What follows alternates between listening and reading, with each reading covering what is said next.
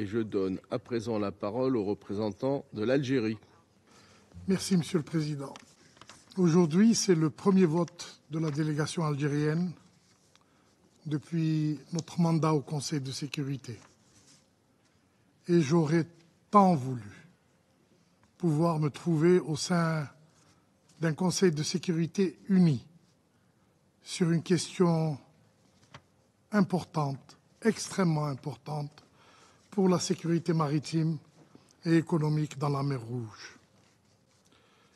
Pas de doute, Monsieur le Président, que pour l'Algérie, la sauvegarde de la sécurité de la navigation dans ce couloir maritime est un objectif crucial qui transcende les frontières nationales.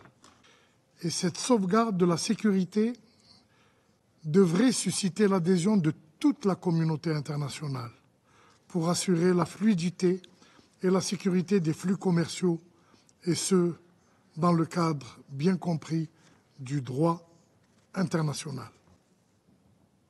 Je remercie les penholders pour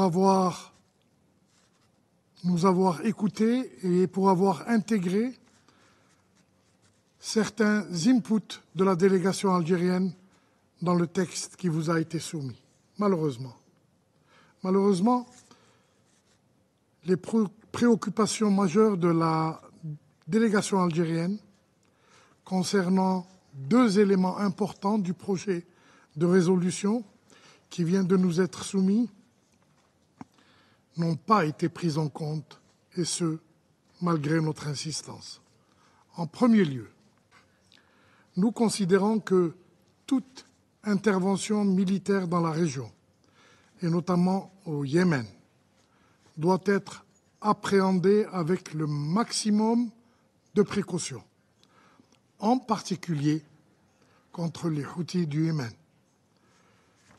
Une telle intervention porterait en elle le risque de compliquer et peut-être même d'annihiler irrémédiablement les efforts patiemment déployés par les Nations Unies, toutes agences confondues, et en particulier par l'envoyé spécial Hans Grundberg, en vue d'apaiser les tensions dans la région.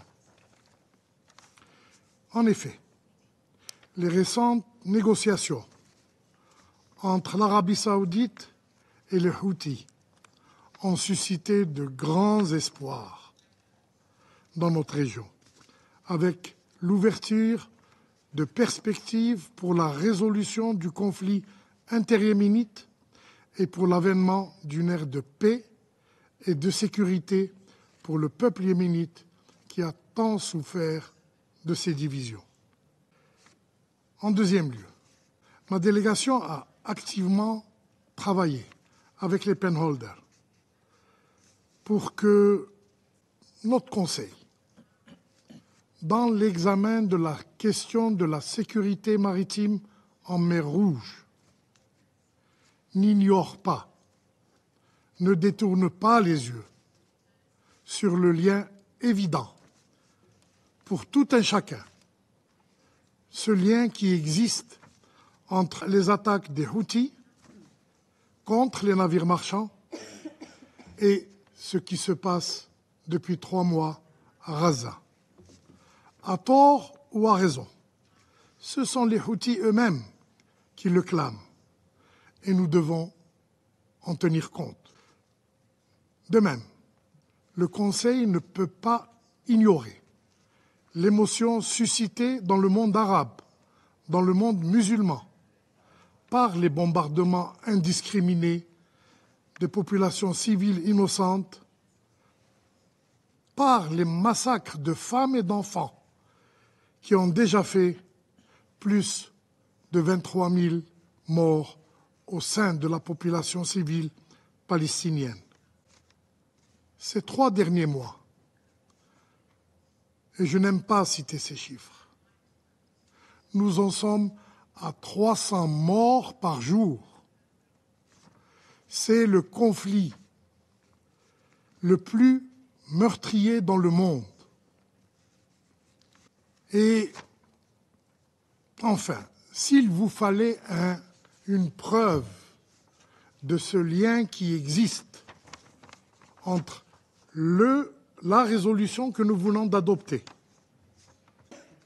et ce qui se passe à Gaza, rappelez-vous, mercredi dernier, nous étions 15 autour de cette table, 15 membres du Conseil de sécurité.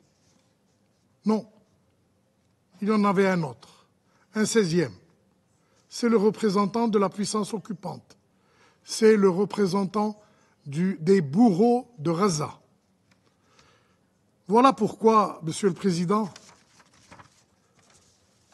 nous avons préféré nous abstenir sur ce document, parce que nous ne pouvons pas nous associer à un texte qui ignore les 23 000 vies qui ont été perdues ces 3 derniers mois à Gaza. Je vous remercie. Je remercie le représentant de l'Algérie de sa déclaration.